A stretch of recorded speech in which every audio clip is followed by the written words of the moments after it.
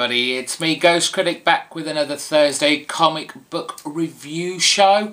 After last week's kind of indie haul, predominantly not of the big two, this week sees it back to normal. There isn't an indie book in sight. It's all DC, it's all Marvel. Just before I get into those books, just to remind you, you have about 2 weeks left to make your nominations for the best of 2012. I'll put a link to the video in the description bar below so you know what you're nominating on, how to nominate. Thank you to everybody who's been sending me those messages with all your nominations. I've been quite, overwhelmed by the support from all you out there. It's been great. I've loved compiling it all and I can't wait to start on the video for it. So, with that all said and done, it's time for some comics. We'll start there. I'll have to tell you now, there isn't a pick of the week. It doesn't mean that there wasn't anything that deserved that. Because there are some good comics out this week. There are some ones knocking around too. There was just nothing that really stood out this week. Quite a short week for me, 6 books, and we start with The Phantom Stranger, issue 3. And for those much like myself that was a bit confused on who this kind of haunted highwayman was, we get a little bit of a history where the origins of the highwayman came from and why he's so haunted. Without having to read All-Star Western, which apparently we saw him in, I think it was maybe a couple of issues back. Got a problem with this title. It's such a shame because I love the character of the Phantom Stranger. I think it's Dan Didio. The guy has no subtlety about him. The writing in this is clunky. It's predictable. It's like, look, this is the information you need to know. Really does treat the reader pretty stupidly, like we, can't make the connections. The story title, Family Matters, a little pun, you can say it in kind of 2 ways, is subtle enough to know what this book is really about. But Dan Didio, he gets a hammer, he gets a nail, and he drives it into your head. Again, the artwork in this, I think that it thinks it's better than it actually is. I've seen this style done before and I've seen it done a lot better. There are panels here which are very confusing.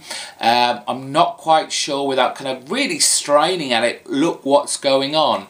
So again, that's another negative area, and I'm so saddened by this. Of the new books that were coming out in the last kind of wave of the 52, this was the one I was most excited about, and now I just feel if this is going to continue, this is going to have pretty much short thrift with me. It's going to be out the door. We have a kind of big kind of supernatural battle between the Phantom Stranger and Haunted Highwayman, and a descendant of Terence 13 shows up to help things along, and then you have this odd kind of party scene with Phantom Stranger in his kind of human guise with his family, and it just all felt very awkward. I wouldn't recommend this. It's going to have to get a lot better, but I very much doubt it with Dan Didio on it. So Amazing Spider-Man 699 came out this week, and we get that explanation we've all been waiting for. How did they swap bodies? Now, I'm not going to spoil it for you if you've not read this yet. I will just say that Slott has been quite clever in the sense that the full swap, let's say this, did take place very recently, and kind of cuts off any questions that kind of like I particularly had, was like, why would Spider-Man be doing all this stuff in previous storylines if he's body swapped with Dr. Octopus? So he's been quite clever in that, but like Slott's been saying in all his interviews, he has laid not so much clues, but there have been places where, you know, Otto has managed to kind of insert himself into Peter's life for quite some time, and basically it's Peter Parker's own fault for nicking technology that belonged to Otto. Again, there's a lot of Dan Slott humour in here. Peter thinking, what the hell could Otto Octavius be up to while he's in Peter's body, and he just obviously thinks of the worst possible things he could be doing, like, well, I say worst, robbing banks, killing Captain America, treating Mary Jane pretty badly, all sorts of really stupid, silly things.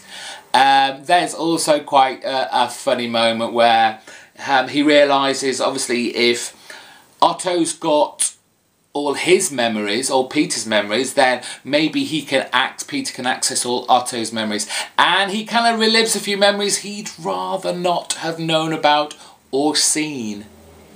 And quite frankly, I'd like to wipe that part of the Otto memory bank out of my brain too. For those who've read it, I think you'll realise or know what I'm talking about. Dirty Aunt May. Let's see. Well, basically, okay, it was a knee-jerk reaction from the last issue when we learnt about the body swap. I think this is a satisfactory explanation. It's still, for me, has come out of nowhere. The point where the body swap did actually take place, I'm pretty sure, I haven't looked back, but we saw no glimpse of it whatsoever. But it seems that the use of Dr. Octopus's golden snitch, Octobot, certainly had a big hand to play in it. Ramos back on art, so great. That's what we wanted. 2 more issues to go with the .1, and then just after Christmas, just to spoil everyone's end of year, the final issue of Amazing Spider-Man is out, issue 700. I'm sure if you're already reading this, you're not going to drop it now. You're going to hold out for 2 more issues and see how this all pans out, just like me. Batman Detective Comics, issue 15. Firstly, how lazy of them is this cover? We've had this cover already on Batman 13, wasn't it? The die cast folded over onto Batman's face. Lazy. But what this book has is the kind of the repercussions from Batman and what has happened to Poison Ivy after being sent into the warehouse, being knocked out, and obviously the appearance of Clayface, who's apparently married to Poison Ivy. And we get, you know, the big smackdown between Clayface and Batman does a little bit of detective work, learns the story behind this unusual coupling. And then we have this kind of side plot going along with the Penguin, and he's going to kind of take a run out of Gotham while everything's going absolutely mental, and leaving one of his kind of henchmen, right-hand man, in charge, which seems to be a bit of a bad thing to do. For a title that has got the Death of the Family banner emblazoned on this cover, Joker is seen in the shadows in one panel and doesn't really seem to affect the story as such. Yes, the story is interesting. Yes, the art is nice, but hasn't had any of the kind of the pizzazz, the intrigue, the madness, the scariness, the creepiness that any of the other titles since With This Banner On have had, which has kind of let the momentum down just a little bit. It finishes off with a backup story firmly with Clayface after he's found out what has actually been done to him and the repercussions of this for Poison Ivy. An okay comic, like I said, it was nothing amazing, it was kind of above average. Another Marvel title, we've got issue 2 of 5 of Punisher Warzone, and it's Black Widow's time to look for the Punisher and bring him down. We're on issue 2. It's not going to happen, we know that, I'm not spoiling anything. We have her basically crossing the globe looking for Punisher, always being one step behind until she gets to the Congo and finally catches up to him. But we say catching up to him, she thinks she's done all the kind of the detective, the legwork, but you know, I think Frank has been kind of leading her along by a little bit of string with a carrot on the end. I think what this title is going to do is, given from the last issue where, you know, the Avengers have finally decided after, you know, years and years, oh, Punisher's actually a very bad man. He's killing people, you know, they consider indiscriminately. He's going against the law. He should be put down. Let's do something about it. But I think what's going to happen here, and certainly is shown in this book, is that the Avengers are going to see that while Frank's methods might be not very nice, quite nasty, quite violent, a lot of death involved, a lot of violence, he's showing them who he's saving, who he's doing all this for, and I think it's done really well. Greg Rucka is writing a great book here. The artwork isn't up to scratch to the Punisher series that has just gone, unfortunately, with Cicchetto's artwork, but it's still an enjoyable, fun, kind of globe-trotting, especially for this issue, ride. So go and find issue 1, get on issue 2, and apparently we've got Thor having a go next month. 2 more books to go. I think you know what week it is. They're always together. This week, to be honest, you can kind of, because we have had the problem where they're basically both telling the same story, but from their own kind of paths. And in some respects, yes, Animal Man and Swamp Thing issue 15. Yes, I'm talking about these 2 titles. This week they do kind of diverge, while they do kind of slightly tread the same ground in the sense that they're taking a little diversion from their main goal, and that is to get to Anton Arcane's kind of fortress and finally, you know, stop Rot World and getting things back to normal. I haven't got a pick of the week, like I said, but these were probably my best books of the week, but not quite the standard of a pick of the week. We'll start with Animal Man issue 15. And we left off with issue 14 with Gorilla Grodd sort of appearing as your kind of cliffhanger. Is he going to be good? Is he going to help them? Is he just going to be as villainous as he was before? Yes, he's still going to be as villainous as before. We thought maybe, you know, the kind of Animal Man, Grodd team up could be in the cards, but no, Grodd's still being a selfish little bugger. And there's a big fight, which is the cavalry comes in, and who are the cavalry?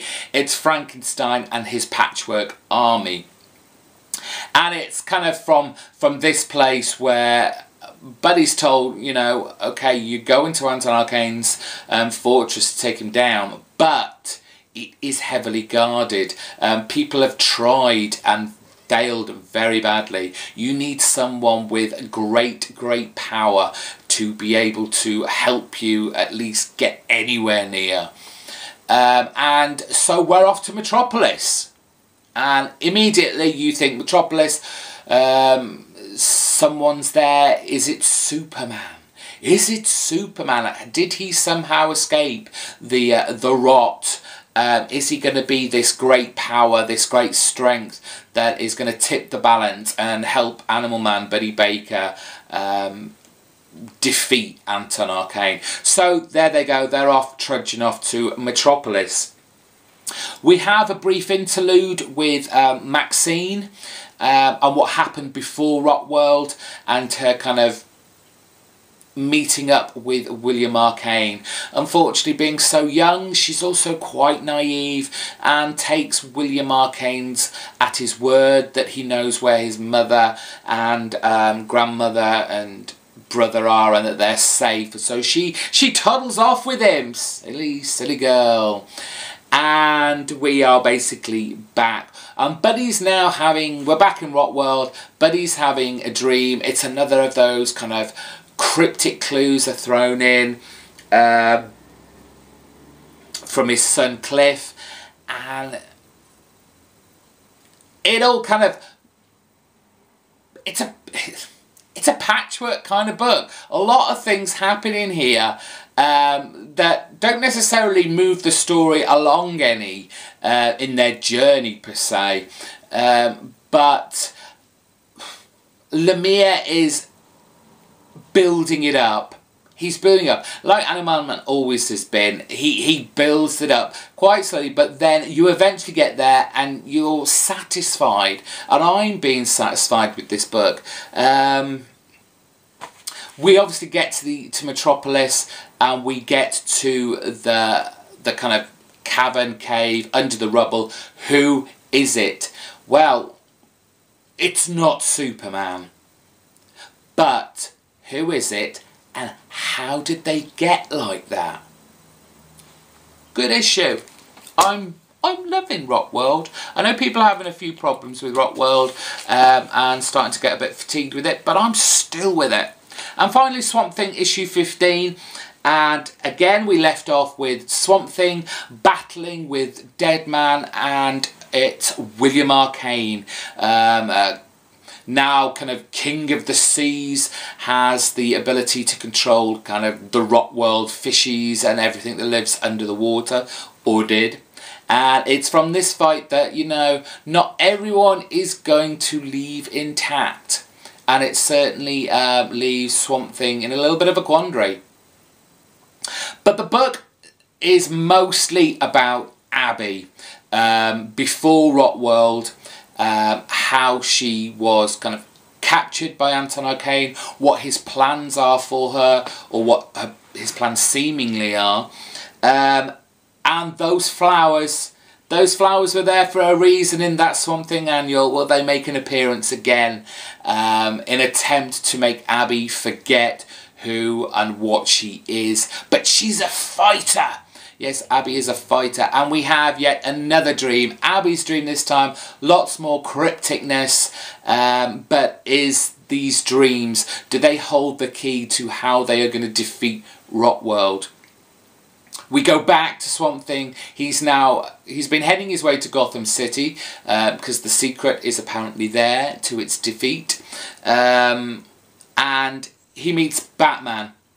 Is Batman there to help? Not really. Not really. And again, we get at the end of this title another surprise character, survivor of Rockworld. Yes, Rockworld. I know a lot of you have had some problems with it, and it seems very slow and nothing seems to be, you know, moving along. But I've got 4 words for you. Lord of the Rings. Now, I am not comparing it in any way in a literary sense. I'm just saying How many diversions did those little bloody hobbits go on just to get this ring and throw it into a volcano? That lasted forever, but I bet you all sat through the 2-hour, 3-hour movies, all 3 of them. I bet most of you have read that thousands of page book. Have some patience, people. For me, this is a great storyline. It's building, and I want something to build. I want kind of offshoot stories. I don't want it to be this kind of 3-issue setup, cliffhanger, ending kind of storyline. It needs more room to breathe. It needs more room to tell its story. Stick with it, guys. They are 2 of the best books that DC are putting out right now. And I'm sorry, I still haven't got my issue 15 of iVampire. Very disappointed. And that's it for me this week. Short haul. So, as always, if you're new here and you liked what you just saw, give it a subscribe up there. Give it a big thumbs up. And put some comments in the box below. I'll try and reply to every single one of them if it's appropriate. I've really appreciated all my new subscribers lately. Thank you very much for joining me on my channel. And yes, Christmas is coming. You'd think I'd be really busy, but I'm actually really not. So expect to see lots of videos coming out over the next few weeks and the run up to Christmas. With that, I say goodbye. Hope you have a great weekend and look forward to watching all your videos. Bye bye.